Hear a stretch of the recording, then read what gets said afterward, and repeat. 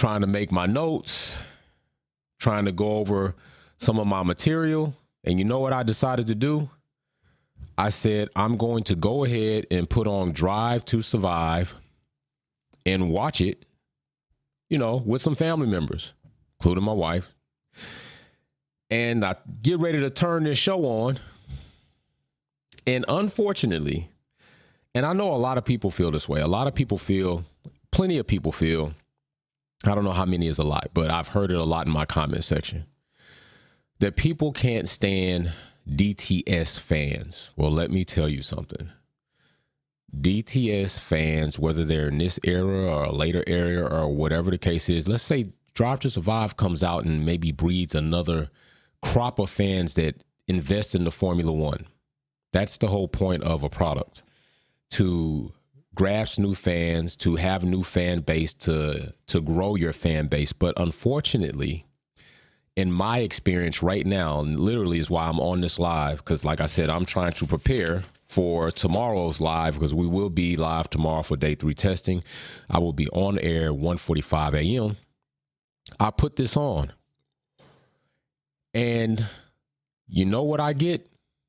Literally, family members like, I don't want to watch that shit. I'm like, why you don't want to watch it like we usually watch it? I don't want to watch that shit.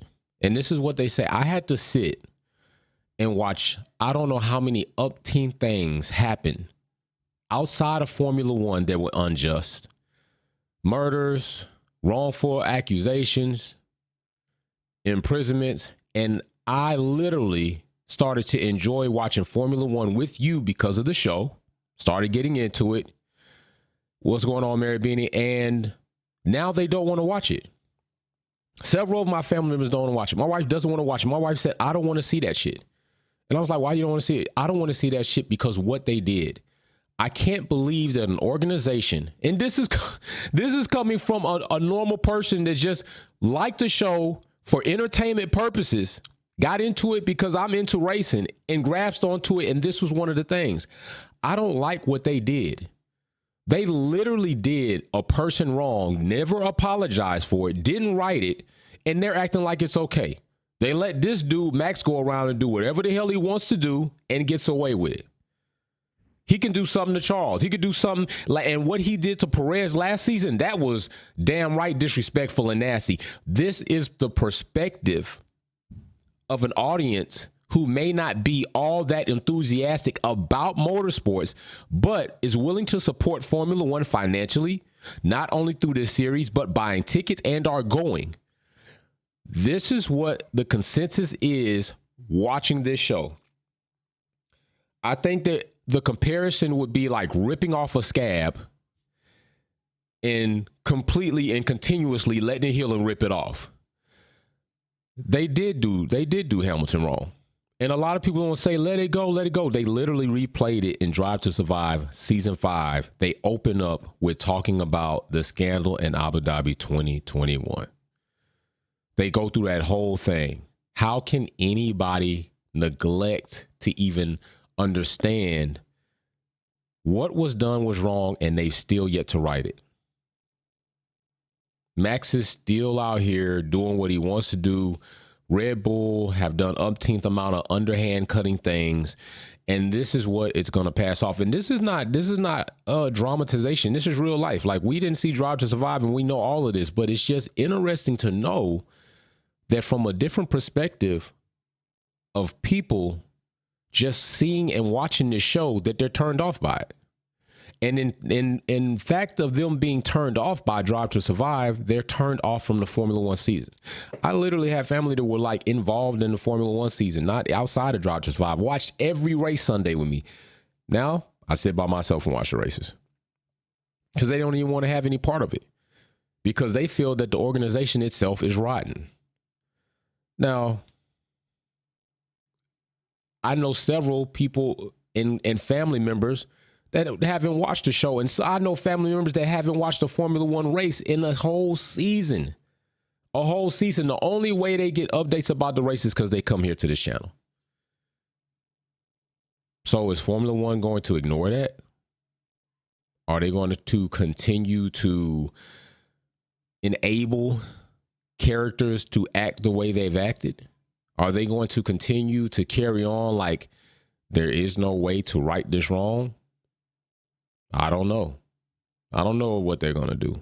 I just know I'm supposed to be preparing. I thought I could turn on the show. I thought I could start making my notes, have some casual conversation about Drive to Survive, and that ain't happening. They did ruin it. They messed it up. They messed it up for a lot of people. They messed it up for themselves.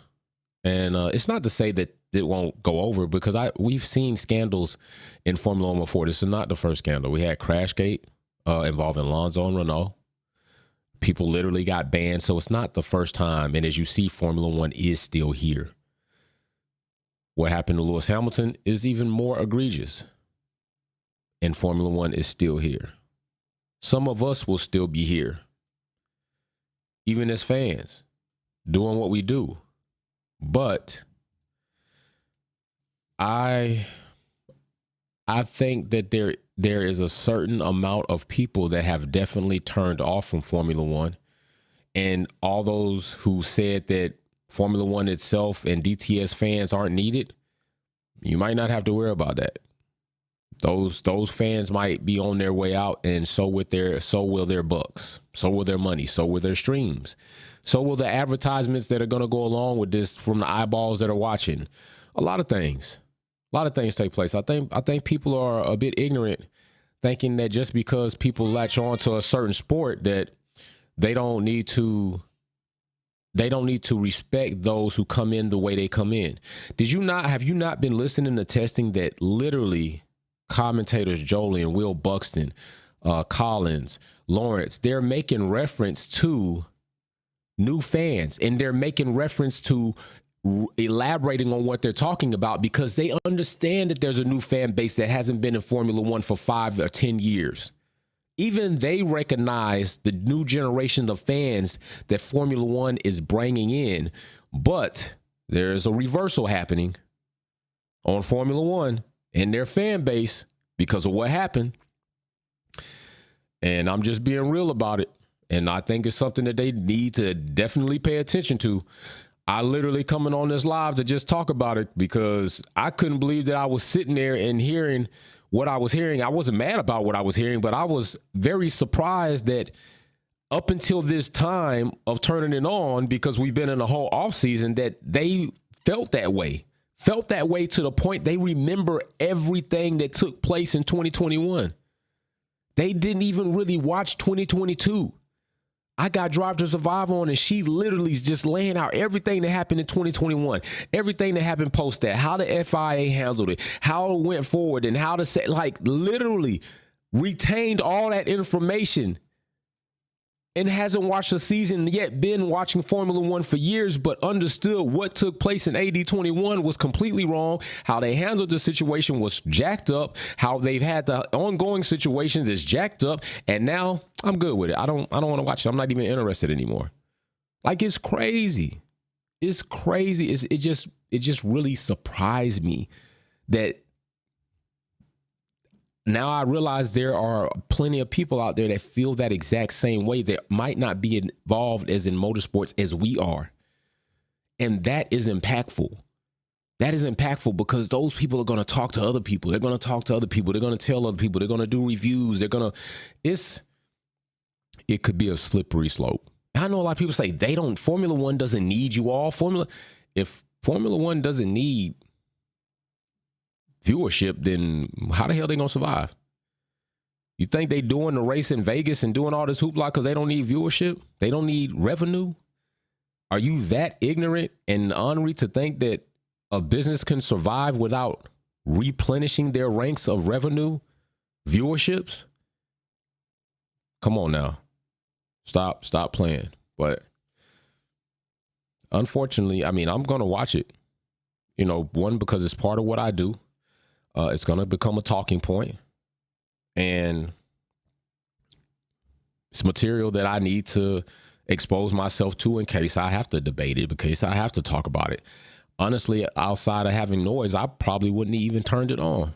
Honestly, that's the truth. I'm going to watch the race. I'll watch the races, but I don't know if I really want to even watch Drive to Survive, outside of it being noise and I'm doing something else.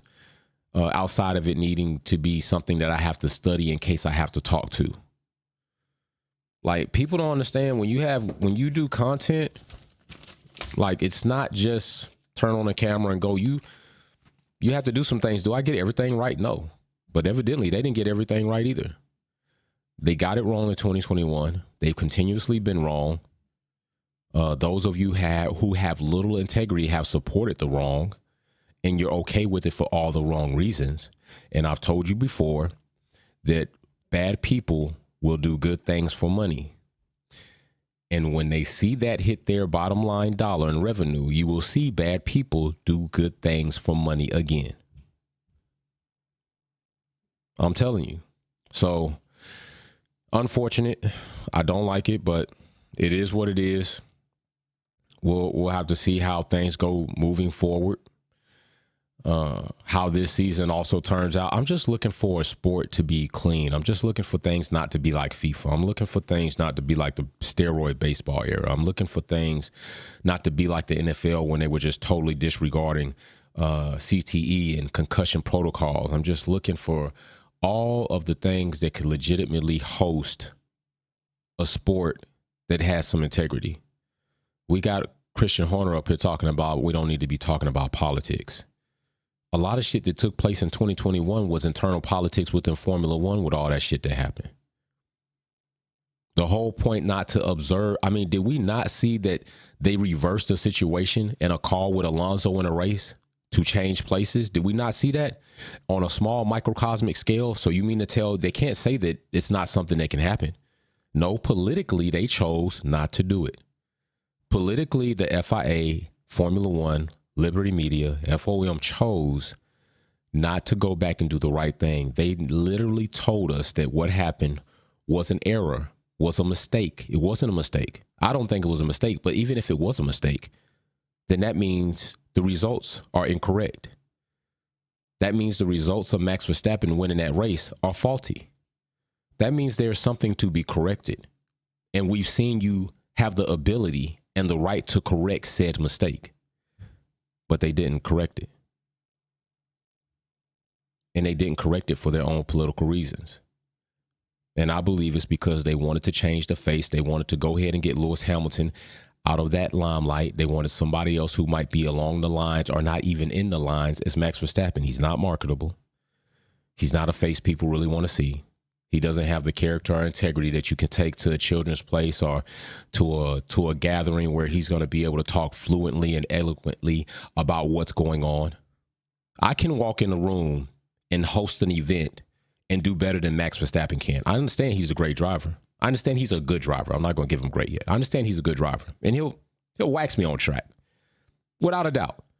But if we walk in a room side by side, in a room where people might not even know about motorsports, and we get up on stage and start talking, Max has no way of competing with me.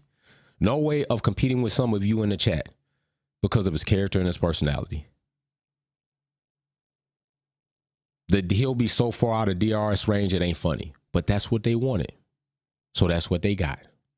That's what they put up there. And I just would like to see what was wrong done right. I mean, you can't say that it wasn't wrong. 2022, have that. Cost cap situation, yeah, we understand that. Could have been a penalty. Should have been a penalty.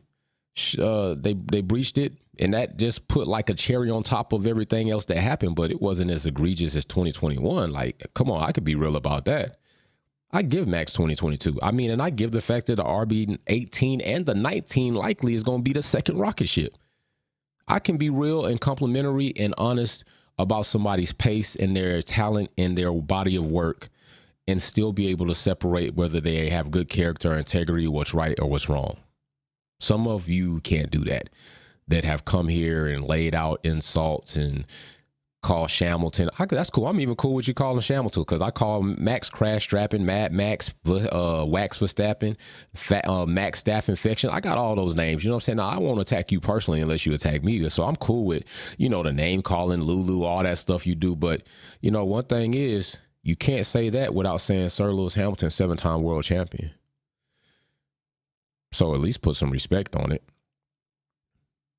I mean, I give Max some respect as far as his racecraft and what he may have the capabilities to do. I think he might have the capabilities of the car and the talent to equal Sebastian Vettel's record over there at Red Bull, which he hasn't eclipsed yet. Right now, he just caught Alonso, who's 17 years removed from ever winning another championship. Last time he saw a championship or drank champagne to a championship was 2006. He ain't seen shit since then. And likely that could be Max. Just saying, it could be Max. It's not a lot of people with 7-time world champions. Nah, it's not a lot of them. Max could end up being one of them, but it's not a lot of them. So the odds are not in his favor, but it's a possibility. Vettel has 4. Alonso has 2. I mean, you could take literally 3 drivers on the grid and barely might equal up to what Hamilton's done in his career. So how you disrespect that, I don't know. But this Drive to Survive situation and just seeing it just made me realize how impactful that moment was to people who may not be heavily involved in motorsports, but are just tired of seeing consistent examples of other people being done wrong, consistent examples of injustice not being corrected, consistent examples of people being disrespected, consistent examples of women being belittled, and all that shit that happened in Formula One is being incorporated with all that shit that's happening in the real world. So much for Christian Horner talking about escaping politics when you come here and you get to see people politically do somebody wrong because of the color of their skin, or you get to see a marshal that is supposed to be responsible for somebody's safety on track wishing harm to them, who is directly responsible for helping them if they are in harm's way. Or you get to see people post a picture of Alonso's head cut off on the cop who had his knee on the neck of George Floyd and then put Hamilton's face on George Floyd. All that stuff is happening. Fans are doing that. Or you get to see a group of fans of certain drivers go and sexually assault women at a race. Or you get to see a group of fans of a driver insult and belittle somebody because of their sexual preference to the point where they cut off and delete their social media accounts when they've been involved with Aston Martin in motorsports for years or decades. Nothing really being done about that. Or you talk about a guy who's in a laminate shot of Aston Martin being called the N-word and saying that he's just going to have to deal with it. Even McLaren, the situation that happened at McLaren. Yeah, so, I mean, while you were talking about Christian Horner, politics don't belong in sports. Politics are weaved in sports. What you do as far as a team principal going outside of what you do is politics. You can't separate the two. They're born together. So, hey, that's what you got right now. That's what you got going on. I will see you all in the morning. We'll try to go ahead and get finished up with some of these notes and the talking points that we'll have going into the final day of testing, day 3. I will be live, as said, as long as I can wake up, pop tall, be topside, good God willing, at 1:45 a.m. And we will have an excellent time together, seeing what these drivers are going to do, seeing what these cars can do, see how these tires are going to turn out, and getting your perspective and voting in the live chat and the polls, okay? So, yeah, if you've seen Drive to Survive, let me know what you think in the comment section. Let me know your thoughts on it. Not necessarily if you disagree or agree with my thoughts. If you do, I appreciate it. If you don't, I respectfully respect that as well. But we all have different perspectives, but that's mine. I'm sharing it with you. And I do appreciate you all being here. I appreciate everybody that views the channel, that subscribes to the channel, that has become a member of the channel, because when I first got into this space, I was met with a lot of resistance, and I have a lot of love around me now. A lot of love, a lot of support and encouragement from you all. From you all. You all do that. You know, that's what motivates me to get up at midnight, 2 hours before coming on live, to prepare and make sure I got everything together and turned on, and then come on live and be happy to do so. The last 2 nights, last night I didn't go to sleep. I think I went to sleep for about 45 minutes in that whole 24-hour period. That's passion and dedication to be here for a community that I feel a responsibility to try to do my best within the capacity that I can, and continue to grow that capacity and grow in myself, my knowledge base, and my ability to develop different and more content. That's the responsibility I have in my heart to do here in the Formula One culture space, on YouTube, on the Discord, on Twitter, and with you all. You all motivate that. So kudos to you all. And yeah, F those guys over at the FIA and the stewards that all tucked their tails between their legs and had Massey sign an NDA and just went ahead and let this shit ride. So I get with you all. Peace and love. Be safe. See you in hours.